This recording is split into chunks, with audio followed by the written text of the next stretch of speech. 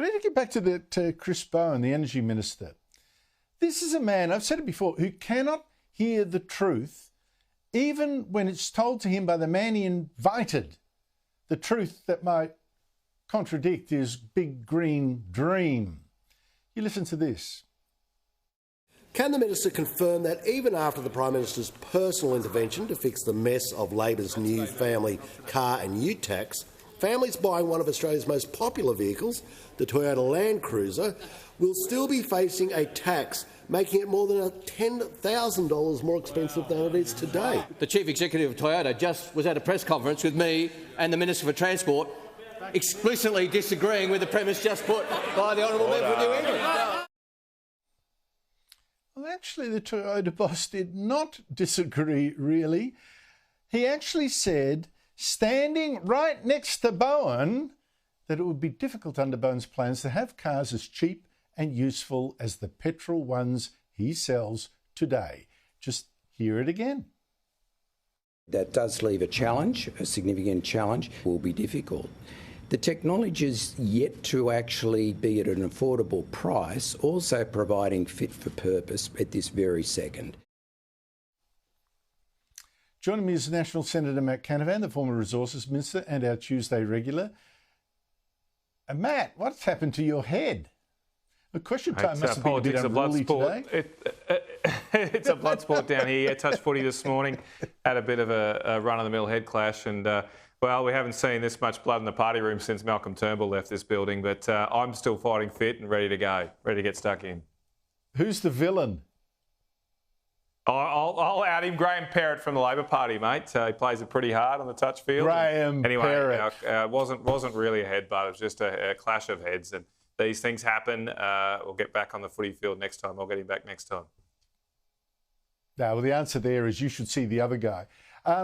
But Matt, the plan that Chris Bowen unveiled today, four-wheel drives reclassified as light commercial vehicles so they aren't hit as hard by the vehicle emission standards this government's going to impose from next year. What does that actually mean for car buyers? Well, let's go through the numbers. Let's go through the actual numbers here. A Land Cruiser Prado at the moment emits 208 grams of carbon dioxide, that evil thing, carbon dioxide a kilometre. Under the government's previous plans that they announced a few months ago, that car was classified as a passenger vehicle. It would have to reduce its emissions per kilometre to 76, so by 132 grams per kilometre would have to be reduced. If it didn't do that, if it couldn't do that, it has to pay $100 a gram. And so if it stayed at 208, that's a potentially extra $13,200 on the cost of your Land Cruiser. So that's where those numbers come from that Barnaby was quoting. Now, today, the Energy Minister and the government has backflipped. They've backed down. The Prime Minister has had to intervene, embarrassingly, for Chris Bowen. And they're saying we're going to reclassify the Land Cruiser Prado as instead a light commercial vehicle. Well, if they do that, guess what? The emissions have to go down to, well, 82 grams per kilometre. So a 6 gram difference.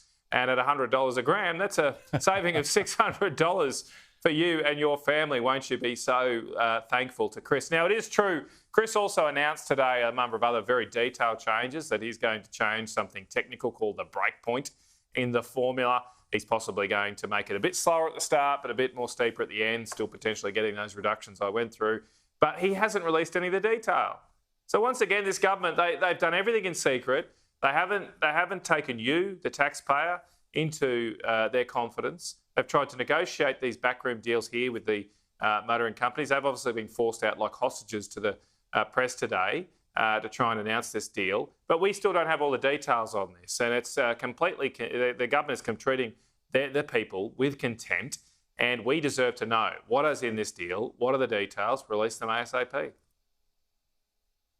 Isn't it strange that the Toyota boss was saying right next to Chris Bowen, listen, we haven't got the technology at the moment. It's going to be very, very difficult to actually provide vehicles that'll be this cheap and work this well, that meet these emission standards. And Chris Bowen goes into Parliament House and says, oh, no, not a problem with prices rising. That's a con. I mean, what does it take to tell this guy, hey, your plans aren't working? Well, what it takes, what Chris Bowen wants it to take, is for you to buy and change your buying practices and buy a EV. That's his solution to all this, because when he constantly tells you that actually this is going to save you money, the fine print there is it will only save you money if you buy the car that Chris Bowen prefers. And I don't think our government, your government, any minister, whether it's Chris Bowen or anyone else, should be telling Australian people what car you should buy.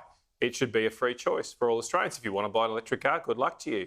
They have high depreciation costs that the government doesn't factor in their calculations. But if you want to bear those costs, good luck to you. Go for it. It's your money.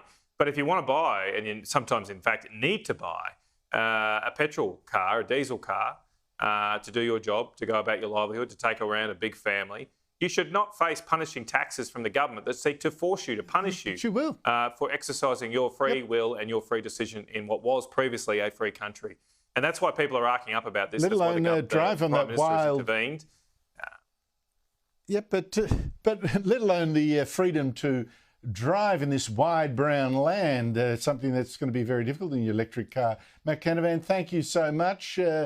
Good luck with the healing process. Thank you very much for your time. What a man, goes through anything to come and bring the news to you.